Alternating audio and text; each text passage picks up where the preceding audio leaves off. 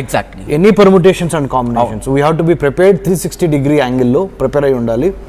So China or Iran or for that matter Turkey వాళ్ళు they will give their support to Pakistan అని చెప్తున్నారు, మనకి వార్తలు వస్తున్నాయి. ఇచ్చినప్పటికీ ముఖ్యంగా China will not be in the forefront. డైరెక్ట్గా రాదు, ఇండైరెక్ట్గా డెఫినెట్గా మరి ఏమన్నా మోరల్గా కానీ లేకపోతే ఫినాన్షియల్గా కానీ సపోర్ట్ చేసే యాంగిల్ కూడా we should not ignore, we should not overlook. మనం దాని మీద కూడా దృష్టి పెట్టాలి, దాని మీద పెడుతున్నారు, ఆల్రెడీ పెడుతున్నారు. So what I'm trying to say is very simple. మన సైనికులు 100% బోర్డర్స్లో ఫైట్ చేస్తున్నారు. వాళ్ళకి సలాం కొట్టాల్సింది. మనము ఇండియాలో ఇక్కడ ఉండి మనము we have to B A discipline. ఇప్పుడు చాలా క్రమశిక్షణగా ఒక డిసిప్లిన్డ్ అంటే ఒక క్రమశిక్షణతో నడుచుకొని ప్రభుత్వం చెప్పుతున్న వాటిని జాగ్రత్తగా విని ప్రభుత్వం ఇచ్చిన ఆదేశాలు కానీ ప్రభుత్వం చూపిస్తున్న విధి విధానాలు కానీ వాళ్ళు ఏదన్నా చెప్తున్నారంటే దాన్ని లైట్గా తీసుకోకుండా, తేలిగ్గా తీసుకోకుండా మీరు పలాంది చేయండి.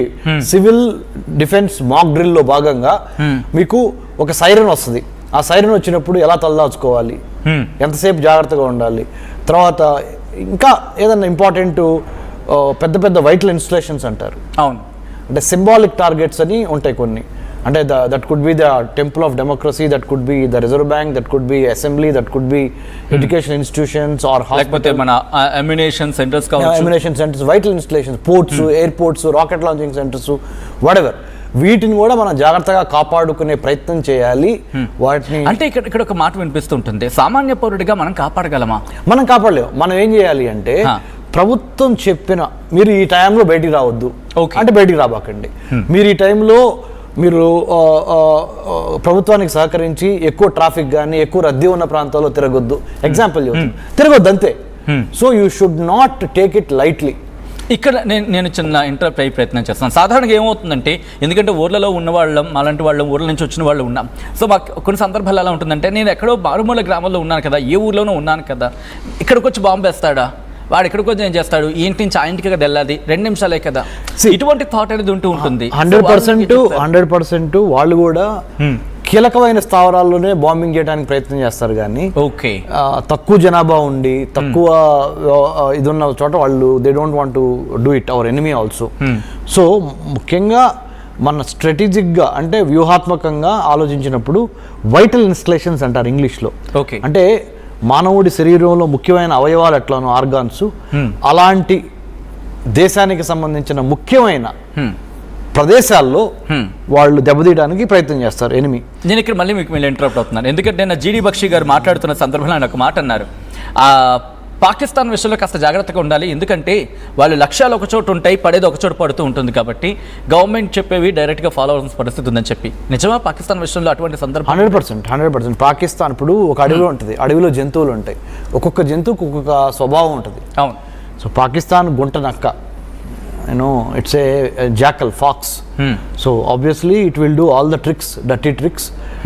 We have to be prepared. We are like we have been standing up and we are like a lion-hearted country mandi. ఎందుకు అంటే మనము సామము, దానము, భేదము 3 వాడి చూసాం పాకిస్తాన్కి. ఎక్కడ అది మాట అనట్లా. చివరికి మిగిలింది ఏంటి? దండం. చివరికి మిగిలింది దండం. అంటే we have to tell them that you can't take us for granted. You can't come and kill our own people in the name of religion. And that too, ఎటువంటి తప్పు చేయని, అన్యం పుణ్యం ఎరగని సామాన్య పౌరుల మీద, చేతిలో ఎటువంటి ఆయుధం లేని వాళ్ళ మీద పిరికి పందల్లాగా వచ్చి చంపటం అనేది వాళ్ళ యొక్క దిగజారుడుతనానికి కానీ మరి అది అసలు అంటే మానవత్వానికి మచ్చ అనమాట. కాబట్టి వాళ్ళకి అదే విధిగా అదే స్థాయిలో we have to show, we have to treat them, we have to give it back what they deserve. But ఇక్కడ ఇంకో క్వశ్చన్ రైజ్ అవుతుంది రమేష్ కండగంటి గారు, ఏమంటే కనుక భారత్ ఎందుకు పాకిస్తాన్తో యుద్ధంకి వెళ్ళాలి? యుద్ధంకి వెళ్లకుండా కూడా పాకిస్తాన్ని ఇరకాటంలో పడేయచ్చు కదా, ఇలాంటి వాళ్ళకి సమాధానం ఏంటి? 100% మనం అదే పని చేస్తున్నాము. పాకిస్తాన్ని ఫస్ట్ అష్టదిగ్బంధనం చేసేసాం. పొలిటికల్ స్పేస్లో అంటే రాజకీయంగా, ఆర్థికంగా, దౌత్యపరంగా, మిలిటరీ పరంగా ఆహార ఉత్పత్తుల పరంగా, మంచినీటి పరంగా, తాగునీరు పరంగా అన్ని అష్టదిగ్బంధనం చేసాం వాళ్ళని. So actually they are now not in a position to do anything. Okay, it is only a preparation for us to have more protection and more security. Okay, అంతే. ఒకవేళ అంటే మీరు అన్నట్టుగా ఆ క్వశ్చన్ నుంచి మళ్ళీ ఇక్కడికి వచ్చే ప్రయత్నం చేస్తాను. ఒకవేళ పాకిస్తాన్ కనుక రిటాలియేషన్ అంటే ఇక్కడ మళ్ళీ నేను వచ్చే ప్రయత్నం చేస్తాను దానికి. ఇక్కడ పాకిస్తాన్, భారత్ రెండు కనిపిస్తున్నాయి. ఎవరు ముందు దాడి చేసే అవకాశం ఉంది అనే దానికి సంబంధించి ఎటువంటి డిస్కషన్ జరుగుతోంది? భారత్ ముందెళ్తుందా దాడికి, లేకపోతే పాకిస్తాన్ ముందు సరిహద్దు దాటి వచ్చే ప్రయత్నం జరుగుతుందా? సచిన్, ఇలాంటి ప్రశ్నలకు సమాధానం దొరకదా? దొరకటం కాదు, అందరికి తెలిసిందే, మనం చెప్పాల్సిన అవసరం లేదు. ఇప్పుడు స్పీడు, సర్ప్రైజు, ఓకే, ఈ రెండు మన అటాక్స్లో ఉంటాయి. అంతవరకు మటుకు చెప్పగలను. ఓకే, అర్థమవుతుంది. స్పీడు, సర్ప్రైజ్ ఈ రెండు మన అటాక్స్లో ఉంటాయి. ఆల్రెడీ వాళ్ళు దాడి చేశారు కాబట్టి ప్రతి దాడి వాళ్ళు చవి చూడాల్సిందే.